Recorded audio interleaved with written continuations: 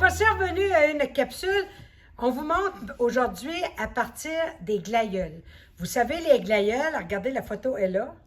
C'est des très belles fleurs, surtout pour ceux qui aiment la fleur qu'on coupe et qu'on met en vase. Donc, les glaïeuls, quand vous les achetez, soit vous les achetez déjà dans des packs de 10, 25, 40 ou 50, ou vous les achetez en vrac. Si vous les achetez en vrac, la première affaire, c'est des bulbes qui ressemblent à ça. C'est de regarder si les bulbes sont fermes, puis s'il n'y a pas de moisi dessus. C'est très important.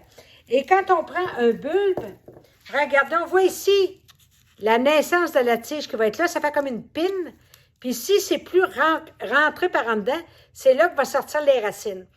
Les glaïeuls, on peut les partir d'avance, début avril, dans la maison, au soleil, pour que les fleurs arrivent plus tôt, ou on peut les mettre directement au jardin, en pleine terre, quand la terre est travaillable et que les gros gels y sont passés. Fait que si vous voulez les partir dans la maison, c'est pas compliqué, c'est qu'on va prendre un pot comme ça, on va mettre de la terre, réellement une terre, hein, pour les semis, qui est très légère.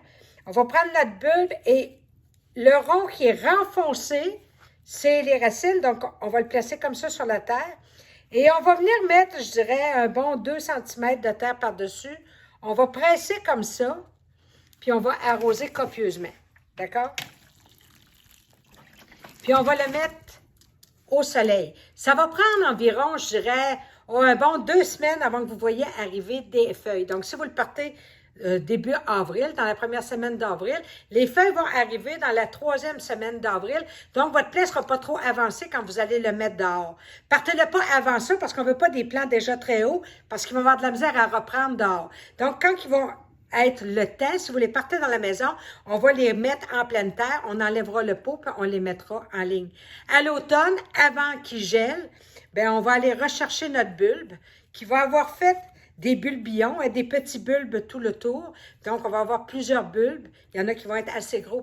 On les garde moi, je les garde dans ma chambre froide, dans un sac en papier. Vous pouvez mettre aussi dans la ripe de bois, puis on les repart l'année prochaine. Laissez pas vos bulbes l'hiver dehors, dans la terre. Ils vont geler. C'est pas des plantes qui aiment le froid. Là-dessus, on cultive notre bonheur.